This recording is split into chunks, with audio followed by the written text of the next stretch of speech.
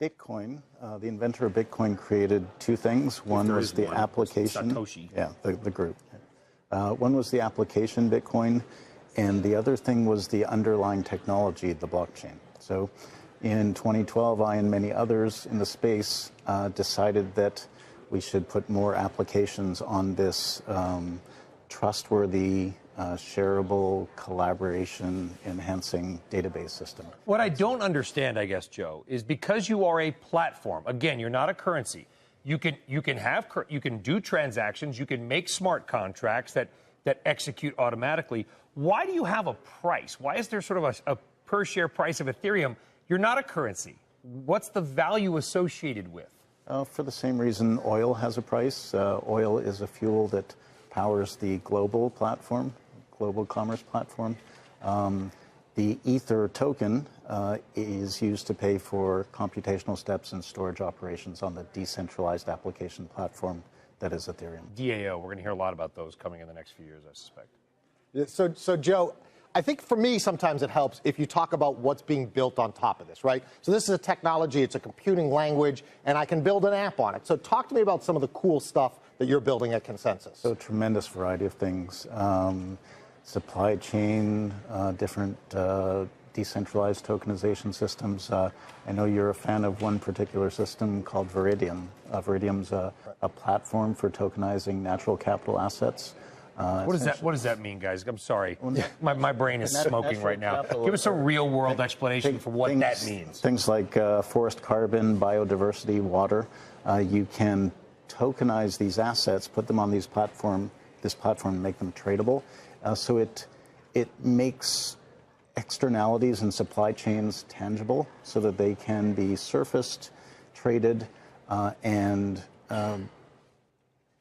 calculated into the sustainability. So Brian Kelly has a financial, you have a financial business. I'm your customer. I'm your client. Right. How would we use Ethereum in a transaction between you and I? Let's pretend we're two oil companies and we want to trade oil. Okay. Okay. And I'm richer and bigger than you are. Obviously. Okay. Okay. So we all year long we're trading oil, but at the end of the year we have a carbon footprint. So we need to get rid of that carbon footprint. We go out and we buy carbon credits. With this particular project, which I'm an advisor on, an investor, so people should know about that, with this particular project called Viridium, what we're doing is we're backing a currency with carbon credits from a forest in Borneo.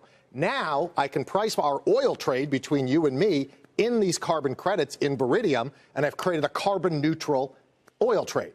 So it's all in one package. It reduces the friction. It makes it easier on the big companies to do it. It's better, faster, cheaper. Is it reportable? I mean, let's just be clear, Joe. I mean, governments want to know how much money we're transacting so that they can take their share, right? Everything's got the footprint because somebody wants to take their little slice of heaven.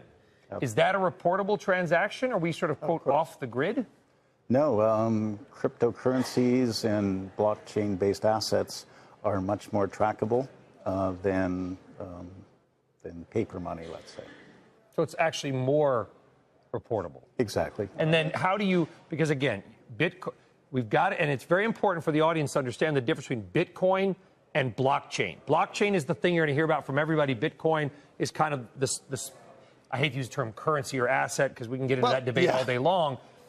You are a platform that would be best like a decentralized worldwide web. Is there any is there anything analogous to it out there that in online or offline that our audience would best relate that to? Well, you can think of Ethereum as the decentralized World Wide Web. People aren't really going to be using blockchain. They're just going to be using applications. So people will continue to use the World Wide Web. It's just building decentralized versions of applications will enable us to do things in a more trustworthy way, and it enables use cases that aren't enabled. So are you the Tim Berners-Lee of blockchain then? I mean, is that who we... I'm not. A guy named Vitalik Buterin might be. Who's like 23. Yeah, exactly. Yeah. Now, so on this, I mean, would it be all right to call this almost like the Apple App Store in a sense, where people go on there, build an app on top of your platform, and then the world can use it? Is that a good analogy? Except it's not a walled garden. It is like the World Wide Web, basically. Anybody can permissionlessly upload an application, and people can use tiny slices of this Ether token to pay for the use of those applications.